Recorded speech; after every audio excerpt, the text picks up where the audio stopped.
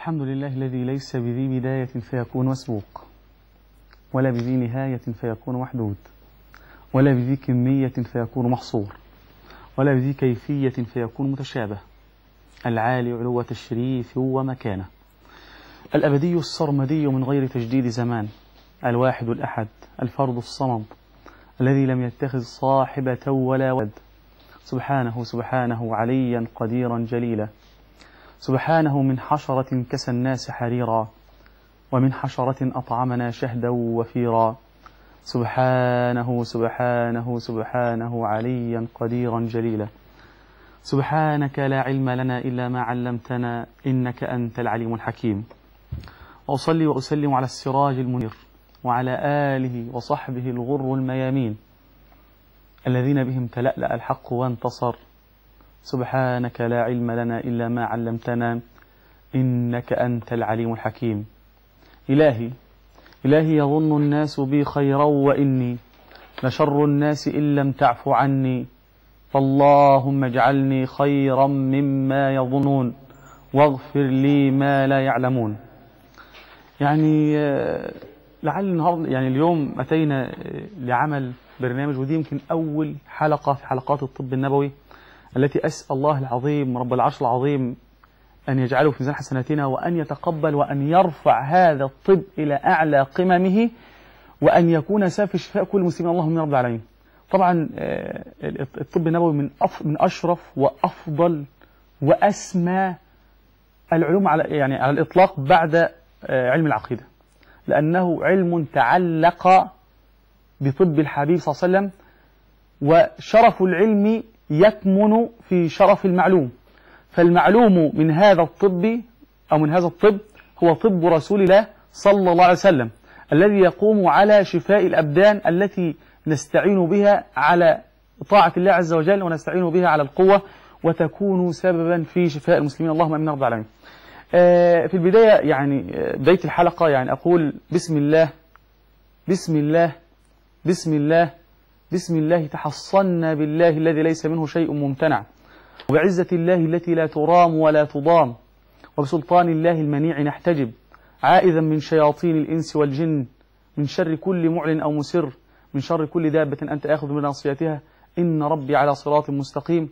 وأسأل الله العظيم أن يبارك في هذا البرنامج، ويكون محطة لكل الحائرين، وملاذ لكل السالكين، وأمل لكل اليائسين، وفرجة لكل المكروبين، ودعوة لكل الذين لديهم ضنك، وانفتاحة أمل وبشرة أمل وسعادة أمل لكل مسلم، اللهم آمين رب العالمين. وتكون كمان فتحة خير لغير المسلمين للدخول في دين الله عز وجل.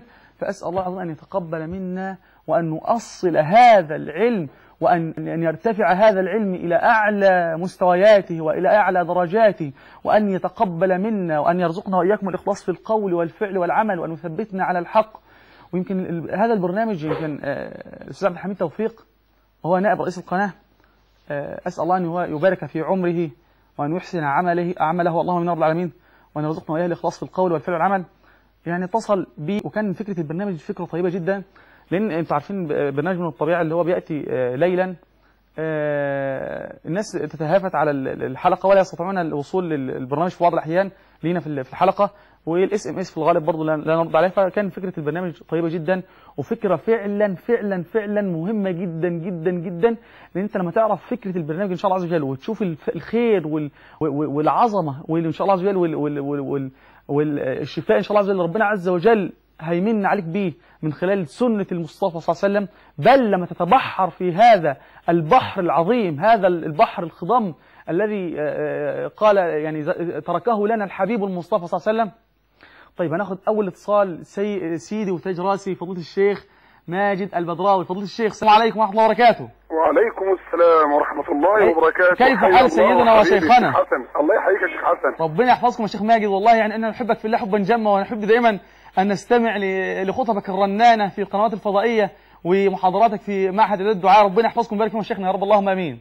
الله يعزك يا شيخ حسن. أسأل الله تبارك وتعالى أن يسددك وأن يثبتك وأن يبارك فيك، اللهم آمين يا رب، وأن يسدد رميتك اللهم وأن آمين. يكتب شفاء المسلمين على يديك، اللهم آمين يا رب. وأن يجعلك موفقا. اللهم آمين يا رب. وأسأل الله تبارك وتعالى أن يشفي مرضى المسلمين. اللهم آمين يا رب العالمين. يا إخواني، والله يعني لا يعرف قدر الصحة إلا من نام على فراش المرض. نسأل الله السلامة. وزوروا المستشفيات وسلوا المرضى، سيخبروكم عن قيمة الصحة وعن نعمة العافية. والنبي صلى الله عليه وآله وسلم يقول: سلوا الله تعالى العافية، فما أعطي عبد عطاء أوسع بعد اليقين من العافية. العافية نعمة، وأسأل الله تبارك وتعالى أن يلبس إخواننا ثوب العافية. اللهم آمين يا رب. ورسول الله صلى الله عليه وآله وسلم ما ترك خيرا إلا ودل الأمة عليه، ولا ترك شرا إلا وحذر الأمة منه. أي نعم. ما ترك النبي صلى الله عليه وسلم سببا من أسباب الخير أو بابا من أبوابه إلا ودل الأمة عليه وفتحه أمامهم، ولا وجد النبي صلى الله عليه وسلم بابا من أبواب الشر ولا سببا من أسبابه إلا وأغلقه وحذر الأمة منه. والخير كل الخير في اتباع كتاب ربنا، في هدي الحبيب نبينا صلى الله عليه وآله وسلم. رسول الله صلوات الله وسلامه عليه جعله الله تعالى شفاء، وجاء النبي صلى الله عليه وسلم بالشفاء، فالقرآن الكريم شفاء، وهدي النبي صلى الله عليه وآله وسلم شفاء. شيخ ماجد، ماذا تقول لمن يقول أن النبي صلى الله عليه وسلم ليس طبيبا؟ هذا جاهل لا يعرف رسول الله صلى الله عليه وسلم. والله أنا الآن عندما طرحت السؤال على فضيلتك يا شيخ ماجد، والله اقشعر جسدي وشعري والله العظيم عندما قلت تطرح علي هذا السؤال. النبي صلى الله عليه وسلم ليس طبيب، أمر صعب جدا. ماذا تقول لهم يا شيخ ماجد؟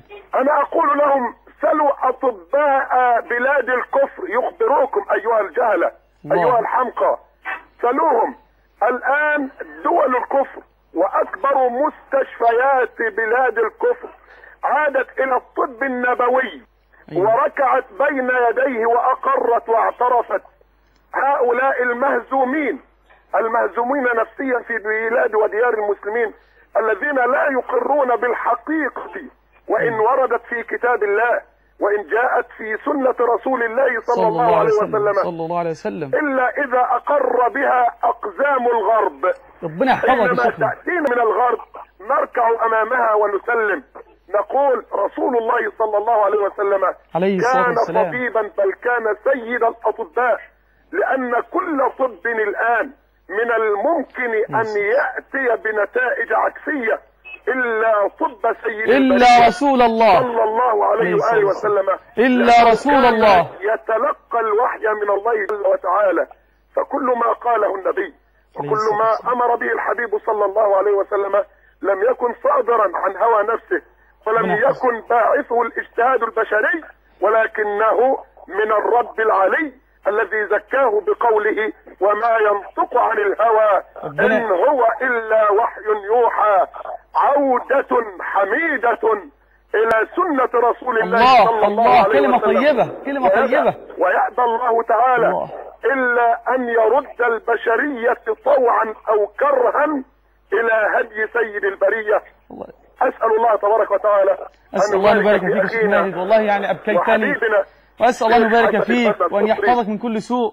والله الذي لا إله إلا هو، يعني أنا عاجز الآن عن الحديث تماما بعد حديث فضيلتك، وربنا يثبتك على الحق يا شيخ ماجد. والشيخ ماجد طبعا يعني له الخطب الرنانة في قناة الرحمة، وربنا يتقبل منه يا رب، اللهم امين. ويعني ومن دعاه المفوهين يعني الذين لهم باع طويل جدا في الدعوة، أسأل الله أن يتقبل منه وأن يثبته على الحق يا رب، ومن المدافعين المناصرين لسنة النبي صلى الله عليه وسلم. أسأل الله أن يبارك فيه وأن يحفظه يا رب، اللهم امين.